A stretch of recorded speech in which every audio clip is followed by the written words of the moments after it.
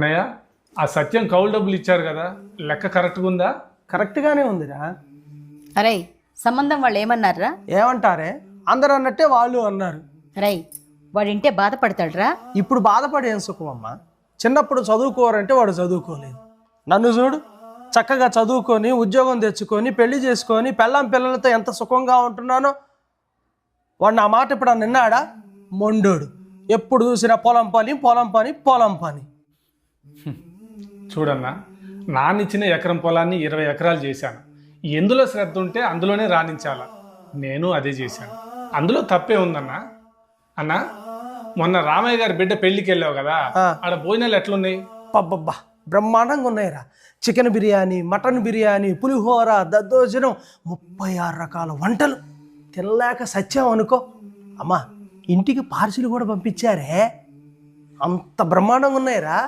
అన్నా, అదంతా ప్లాస్టిక్ వంట అంట కదా, నీకు అడిగిందా? ప్లాస్టిక్ ఏంట్రా? రైతు పండించిన పంట అయితే.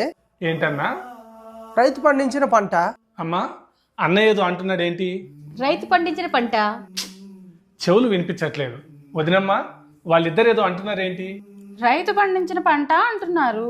ఆహా, రైతులంటే ఎవరు? నువ్వే. ఎవరు? నువ్వేరా. మీలాంటి వాళ్ళు పండిస్తేనే కదా పంట వచ్చేది. పిచ్చోడా, అది కూడా మర్చిపోయావా? మర్చిపోయింది నేను కాదన్నయ్య, రైతు విలువని మర్చిపోయింది మీరు. రైతు అనేవాడు లేకపోతే మనుషుల మనుగడే లేదు అన్న విషయాన్ని మర్చిపోయిన మనుషుల మధ్యన నేను బతుకుతున్నాను. పుస్తకాలలో గొప్పవాళ్ళం, కానీ వాస్తవానికి ఎవరికి కొరగాని వాళ్ళు. దేశం మొత్తం గర్వంగా చెప్తుంది రైతు అన్నదాత అని. అలాంటి అన్నదాతకి పిల్లనిచ్చి కన్యాదానం చేసే దాతలు లేకుండా పోయారు. కానీ మమ్మల్ని కూడా ప్రేమించి వచ్చేవాళ్ళు కొంతమంది ఉంటారు కాబట్టే ఈ భూమి ఇంకా నిలకడగా ఉందండి.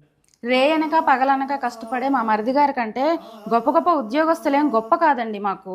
అయినా మా మరిది గారు ఒప్పుకుంటే మా చెల్లినివ్వడానికి మా నాన్నగారు సిద్ధంగా ఉన్నారు. అవునా, చాలా సంతోషం అమ్మా.